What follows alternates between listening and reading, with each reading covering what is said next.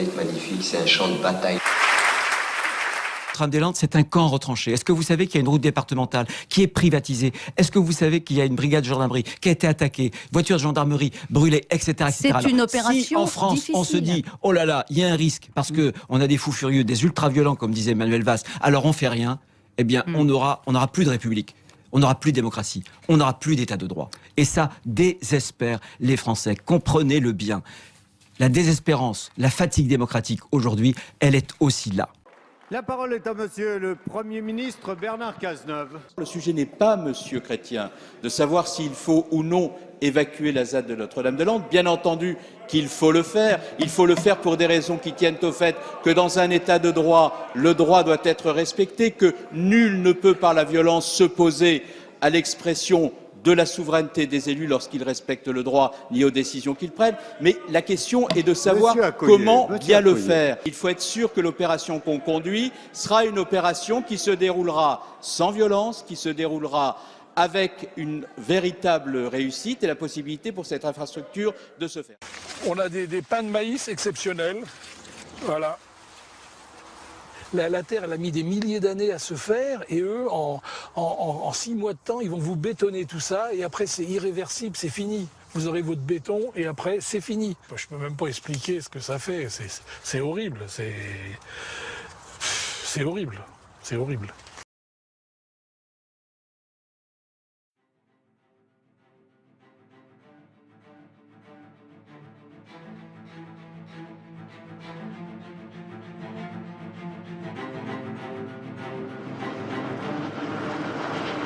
Ici, à chaque fois qu'ils interviennent, la mobilisation est grandissante. On le voit bien au niveau des tracteurs. Au début, on était 3, après on était 15 au Rosier. Maintenant, on est 40 mobilisables en 3 heures. S'ils reviennent, on est capable d'être mobilisés 400 tracteurs en 3 heures aussi. Donc nous, on reste et on n'est pas prêt de partir d'ici. L'aéroport ne se fera pas et on restera là. L'occupation continue. Nous sommes bons, ici, tous solidaires. Vinci, dégage, dégage, dégage.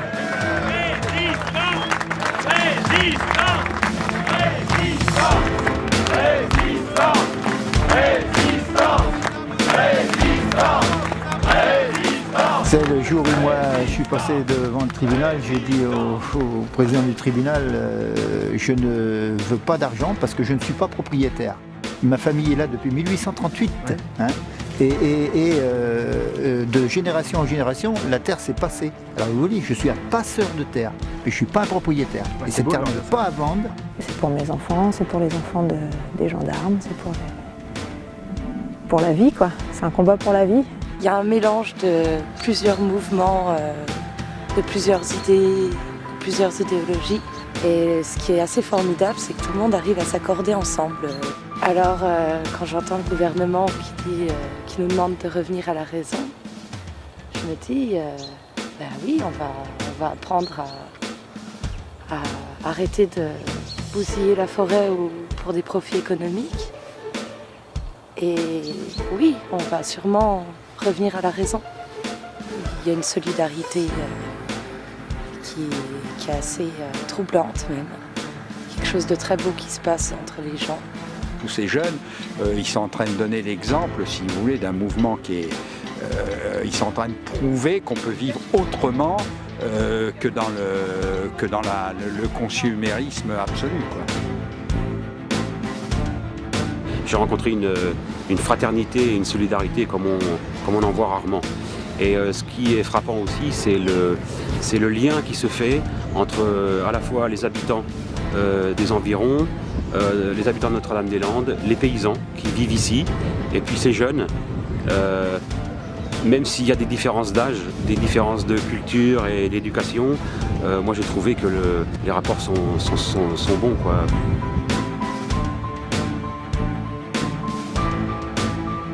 Il faut remettre ce dossier à plat, il faut laisser la terre aux paysans et puis faire des investissements, pas filer du fric et des millions d'euros de nos impôts à Vinci. Et moi je comprends la jeunesse, je comprends les paysans.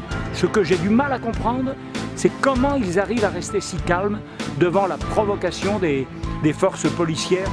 C'est-à-dire chasser des gens qui veulent vivre sur la terre, promettre autre chose qui est tout à fait futile, quoi. Donc on va défendre ce lieu et là moi je me sens prête à le défendre au même titre que les jeunes qui sont ici. Parce que bétonner tout ça, c'est vraiment de la folie. Si vous regardez les champs, vous regardez,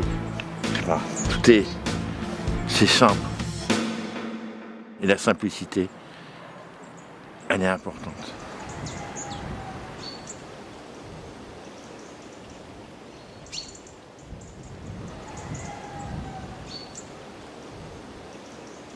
Tous solidaires pour construire ou plutôt reconstruire un habitat en lieu et place du futur aéroport. Un acte de désobéissance civique, pacifique, pour dire qu'il y a une loi aujourd'hui injuste qui est celle de fermer des maisons et c'est lié au projet de Notre-Dame-des-Landes. Aussi pour un autre choix de société, je pense, la croissance à tout prix. Beaucoup de gens n'en veulent plus, je pense.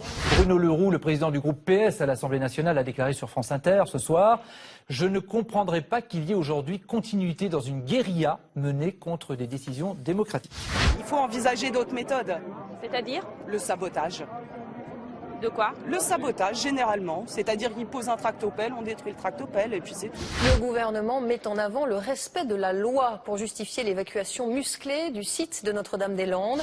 Il était 6 h ce matin, 500 gendarmes donnent l'assaut. Leur cible, les cabanes et plusieurs fermes des alentours, squattées par des centaines de personnes. Un objectif très important, c'est d'éviter l'installation d'un camp qui pourrait servir de base arrière aux opposants les plus radicaux. Face à face, depuis maintenant 2 jours.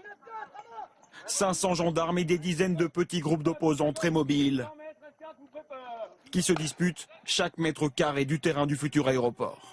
Le gouvernement fait des concessions. Le Premier ministre propose la création d'une commission de dialogue, le report de 6 mois du défrichement et la validation d'un comité scientifique sur la biodiversité. C'est une contestation qui ne faiblit pas. Dans le bocage nantais ce matin, les opposants à l'aéroport donnent toujours plus de voix.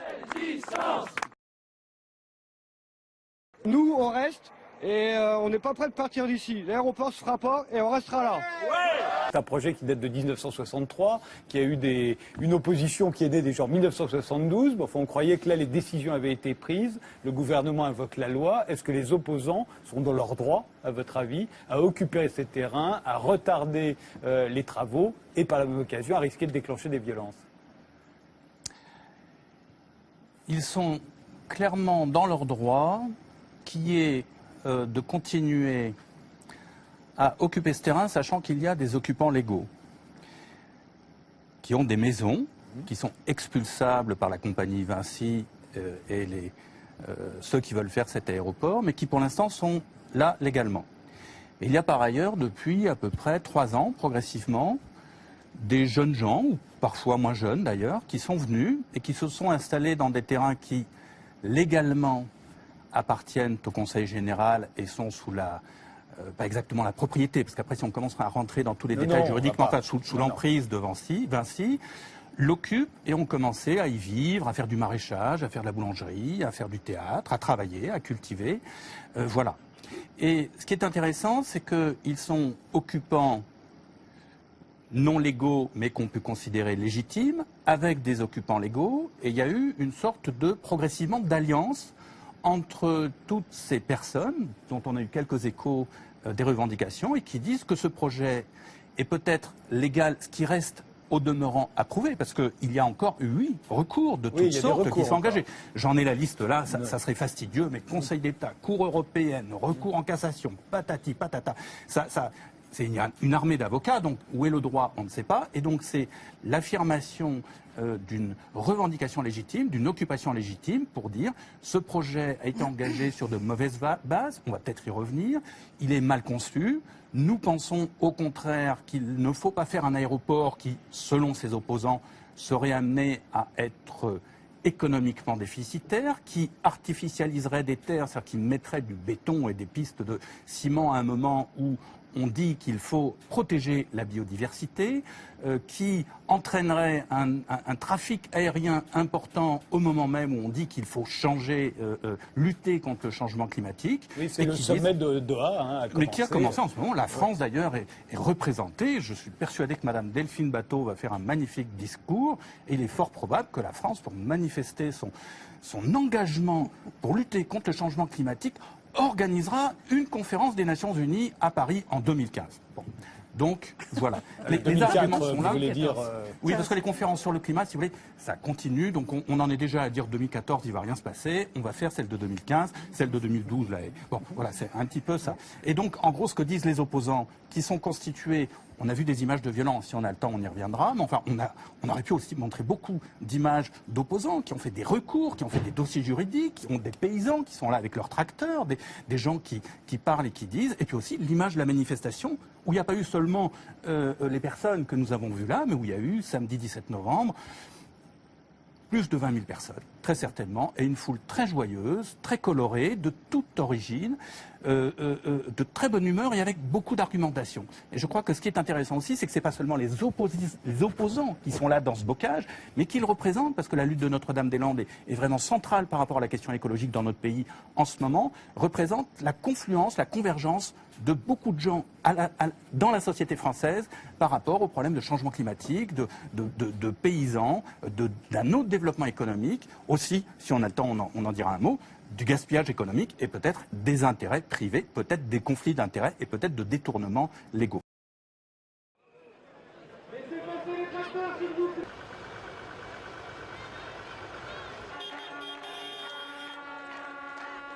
Il y a les clowns, il y a les Parisiens, il y a les agriculteurs, ceux qui viennent défendre la terre, ceux qui sont du coin aussi, qui disent que c'est un projet débile. C'est hyper important de montrer que tout le monde est hyper uni. C'est impressionnant, très impressionnant. Je suis stupéfait de voir autant de monde. Si François Hollande il commence à jouer les Sarkozy aussi sur ce sujet-là, qu'il le fasse. Sarkozy à l'époque il disait les grèves on les voit plus. N'empêche que des mobilisations il s'en est pris, à la fin pour lui ça s'est mal terminé. Donc on gagne jamais rien à pas écouter la révolte qui gronde et là il y a une vraie révolte globale qui est en train de voir le jour et de toute façon le gouvernement est mal barré sur cette question-là. À 60 ans je me rends compte que rien n'a changé. Il y a eu Plogoff, il y a eu le Larzac et maintenant il y a Notre-Dame-des-Landes et il faut lutter. Il faut lutter contre ce pouvoir qui fait n'importe quoi.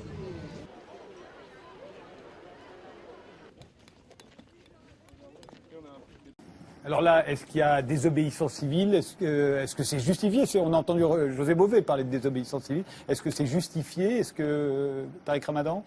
Oui, moi j'écoute vos arguments, mais en même temps, il y a deux choses qu'il faut mettre en évidence. Quand on parle de la loi, qui en parle pour nous dire ceci est la loi et vous êtes dans l'illégalité? C'est le pouvoir qui est en train de nous dire ça a été décidé, la loi est ainsi, tout ce que vous ferez sera illégal. En fait, c'est pas vrai. La réalité, c'est qu'effectivement, il y a des recours. Effectivement, aujourd'hui, vous avez des gens qui vivent sur le terrain et à qui on prend la terre au nom de la loi, mais sans tenir compte d'un recours qui questionne la lecture de la loi. Donc c'est le pouvoir qui nous dit la loi. Et aujourd'hui, vous avez... Parce qu'aujourd'hui aussi, les images nous trompent. On a l'impression de gens qui sont pour la violence et qui sont en opposition. Ce n'est pas ce qu'ils disent du tout. Ce sont des gens qui ont commencé dans la non-violence et qui disent aujourd'hui, il y a deux choses que l'on veut dire. Un, c'est que ce qu'on nous dit être la loi n'est pas tellement la loi parce qu'on ne reconnaît pas le droit des habitants, c'est la première des choses. Et la deuxième des choses, c'est une question beaucoup plus large et c'est celle que vous relevez, c'est l'hypocrisie du discours politique où on va de conférence en conférence dire qu'on est tout à fait intéressé à la question de l'écologie, mais qu'en fait l'aéroport ici, c'est exactement le contraire. On va à l'inverse de ce qui est le discours politique. Donc dénoncer l'hypocrisie du pouvoir et l'instrumentalisation de la loi contre la voix citoyenne, ça me paraît pour moi légitime de descendre, d'éviter toute violence, mais de dire avec force qu'en fait, la violence du pouvoir aujourd'hui, c'est d'utiliser le droit contre le droit des citoyens. Cécile Philippe. Oui, c'est vrai. Là, je me retrouve dans tout ce que vous dites, puisque là, vous mettez le focus sur les droits de propriété qui ont été bafoués. Mais là où j'ai l'impression qu'il y a un peu le droit de propriété, vous y êtes sensible. Mais énormément, parce que je pense que c'est de là que découle la responsabilité individuelle et qu'on peut éviter les fameux gaspillages économiques dont vous parliez avec Enf. Parce qu'effectivement, quand on regarde ce qui s'est passé dans cette affaire, ça fait longtemps que les principaux propriétaires ont été expropriés. D'ailleurs, il y a un tribunal de grande instance qui vient de rendre un jugement en disant que le prix d'indemnisation avait été largement sous-estimé, parce qu'effectivement, il avait été évalué au prix déjà dévalué du fait des nuisances d'un possible aéroport. Donc, ils ont réévalué le montant des indemnisations. Et effectivement, je trouve aussi choquant que quand un acteur privé se dit intéressé au développement d'un projet, eh bien, il puisse utiliser la force publique contre les propriétaires locaux, puisque normalement, ce qui devrait se faire, c'est de la négociation avec tous les propriétaires, tous les résidents, pour savoir si le projet économique est viable. Parce que sinon, vous arrivez à des coûts qui sont bien largement inférieurs à ce qui serait légitime de payer pour développer ce type de projet. Sachant que l'aéroport actuel peut tout à fait encore... si je vous ai bien compris, vous défendez,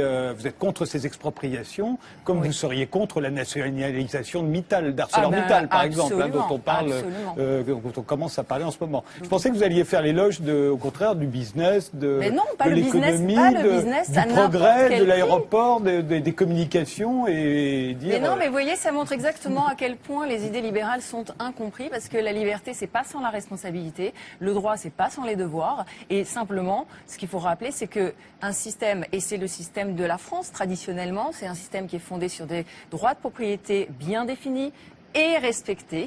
Et là, dans ce genre de grands projets publics, vous voyez, on arrive vite à l'utilitarisme. Oui, mais ça va avoir plein de retombées positives, etc. Mais comment on les calcule? Parce que ce projet, c'est quand même une grande gabegie financière. C'est les estimations, c'est déjà 600 millions d'euros, mais on oublie de tous les investissements annexes qui seront l'aménagement du territoire, le tram-train qui est déjà à 100 millions. Mais vous avez vu l'état des finances publiques en France? On a un aéroport Nantes-Atlantique qui fonctionne encore, qui a 3 millions et quelques de passagers. Enfin, il y a des aéroports du même type qui sont déjà à 7 voire 15 millions de passagers par jour. Et nous, on est déjà en train de parler d'un projet qui serait plus grand que CDG, que le Charles de Gaulle. Enfin, vous voyez, on est dans un monde particulièrement curieux qui se dit qu'on a des ressources qu'on n'a plus, justement. Les déficits sont vraiment là. Et donc, il faudrait peut-être commencer à en avoir conscience. Henri Pénard-Ruiz. Oui, moi, je trouve que les manifestants hostiles à cet aéroport ont doublement raison. Du point de vue de la légalité, ils ont raison. Ah bon? Ils ont raison du point de vue de la légalité. Il n'y a pas... Attendez, il n'y a pas... Les recours ne sont pas épuisés, ça a été rappelé, ils ont parfaitement... Et du point de vue de la légitimité, puisque il peut être légitime de contester une loi. Par exemple, les fonctionnaires qui, sous Vichy, ont refusé d'obéir à la loi qui leur imposait de désigner les Juifs aux nazis, ont eu raison. Ils sont l'honneur, d'ailleurs, de la République. Donc, effectivement, il peut être légitime de désobéir à un ordre légal qui lui-même est illégitime parce qu'il était illégitime parce que la République française interdit de stigmatiser une personne en raison de son origine. Mais donc, elle n'interdit pas de faire des aéroports. Mais elle n'interdit pas de faire des aéroports. Mais cet aéroport a été conçu il y a 40 ans, à une époque où l'inquiétude écologique n'était pas encore clairement explicitée. Elle commençait, c'était les prémices. Aujourd'hui, il faut s'interroger sur ces projets pharaoniques qui sont attentatoires aux terres agricoles, aux droits des êtres humains de travailler dans le bocage nantais. On sait aussi que l'idée d'une économie de proximité reprend du service, parce qu'aujourd'hui on a une France où les stocks sillonnent les routes françaises sur des poids lourds.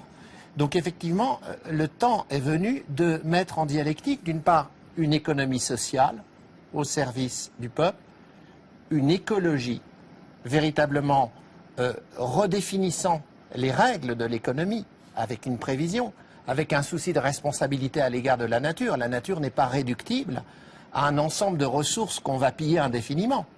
Il y a une limitation des forces naturelles.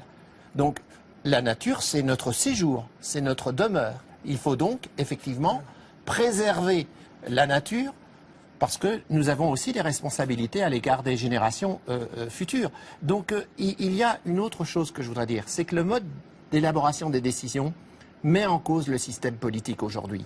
Il faut passer à une 6e République aussi, pour faire en sorte que le peuple puisse dire son mot, qu'il ne soit pas écarté. Pour ma part, les 3 aspects de l'écologie, du socialisme et de la République sont intimement mêlés. Et sur ce plan, les résistants contre l'aéroport de Notre-Dame-des-Landes ont pleinement raison. Écoutez, petit florilège de tout ce qu'on nous dit sur l'urgence écologique. Écoutez. Notre maison brûle. Et nous regardons ailleurs. L'ancien vice-président des États-Unis déclenche le compte à rebours d'un désastre annoncé, terrifiant.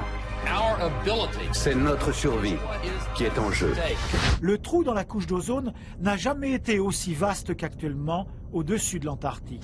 Soit on croit que le changement climatique est une catastrophe qui s'abat sur le monde, et on agit maintenant. Soit on n'y croit pas, et on prend la responsabilité de contredire la quasi-totalité des experts mondiaux sur le sujet. Les maisons construites sur le littoral ne résisteront pas longtemps aux tempêtes. Quant aux fleuves, en débordant, ils inonderont des villes entières.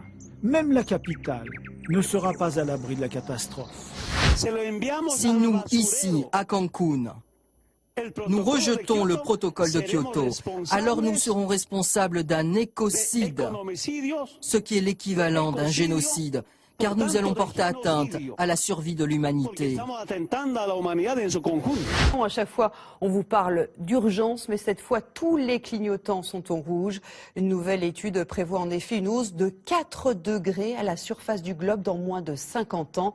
Les conséquences seraient désastreuses. Al Gore, le film qu'on a vu d'Al Gore, Al Gore dans son film a une phrase terrible quand on l'interviewe, il dit « J'étais vice-président des États-Unis d'Amérique, donc je pensais pouvoir faire quelque chose. Je n'ai rien pu faire contre les lobbies. » Moi, je voudrais prendre le seul argument qui est objecté, qui est qu'en période de chômage, ça va créer des emplois. À ceci, il faut répliquer une chose quand même très importante, c'est que n'importe quel emploi ne doit pas être créé. Ce qu'il faut créer, ce sont des emplois qui sont écologiquement maîtrisés, socialement maîtrisés.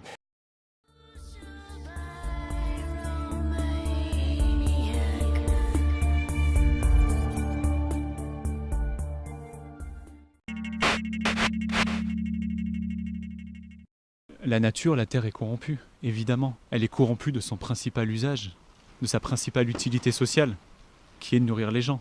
À partir du moment où, effectivement, on l'urbanise, à partir du moment où les terres fertiles, on les éloigne de plus en plus loin, parce que la ville prend de plus en plus de place, alors oui, la terre est corrompue.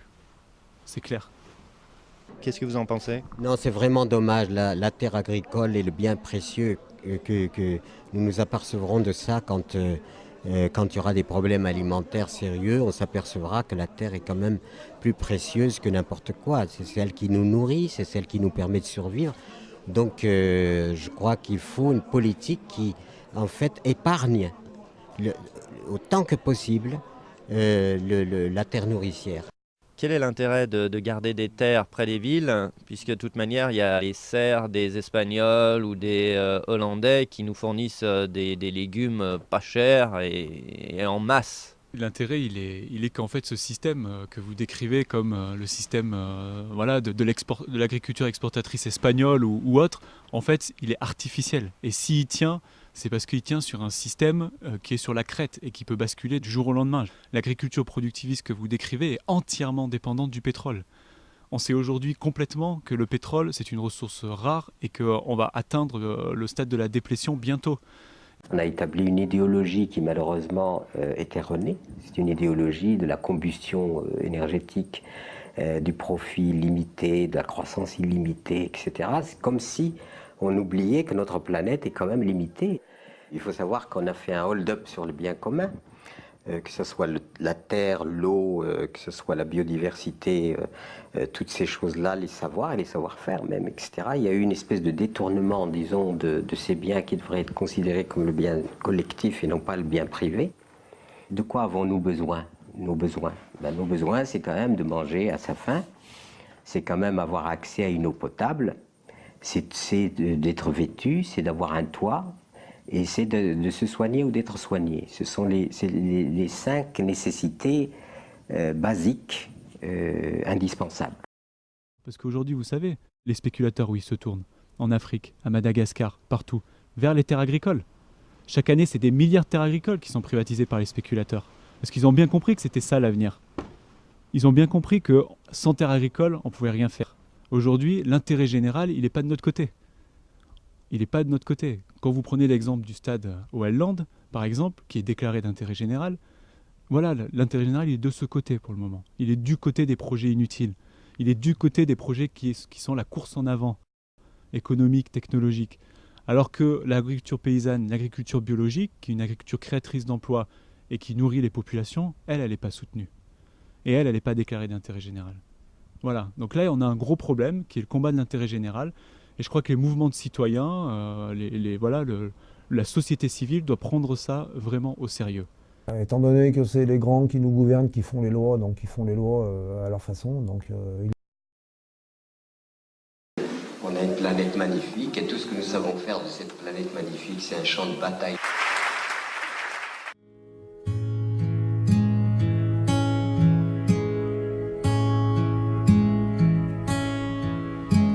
Le CESE a choisi de s'intéresser aux emplois de la biodiversité pour 2 raisons essentielles. D'abord parce que la biodiversité, le vivant qui nous entoure, est en déclin de façon dramatique. Le récent rapport de l'Union internationale pour la conservation de la nature à Hawaï le confirme, avec globalement 1/3 des espèces animales et végétales qui sont actuellement en sursis.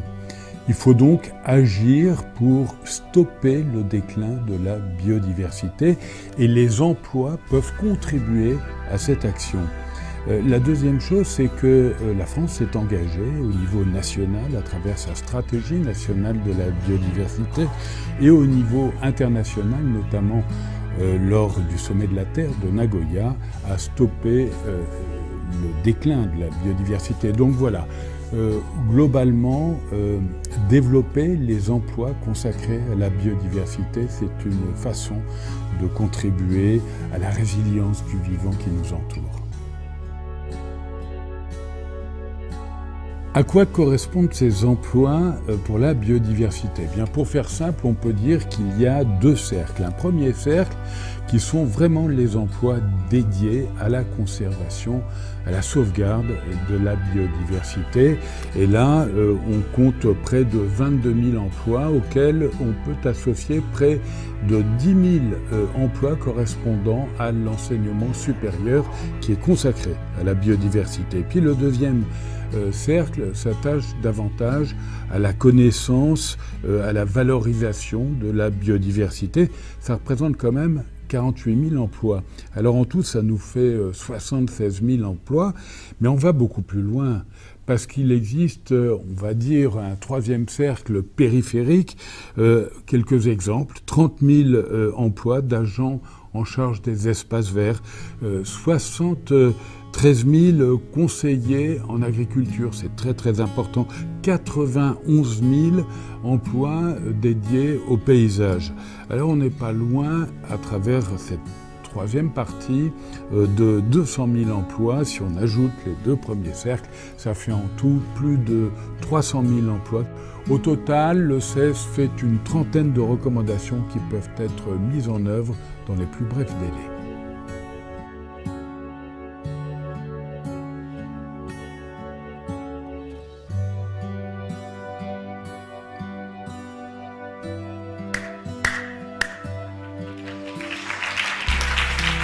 Si un agriculteur bio fait appel à de la main-d'œuvre, eh bien, le conventionnel, lui, certes, il fera cette économie-là, mais on le paiera, nous, consommateurs, de toute façon, chez Pôle emploi. Quand vous avez plus de 6 millions de chômeurs, évidemment, vous voyez, on a fait le calcul d'ailleurs. Avec l'agriculture bio, on pourrait avoir 600 000 personnes qui auraient aujourd'hui du travail en plus. Ce n'est pas rien.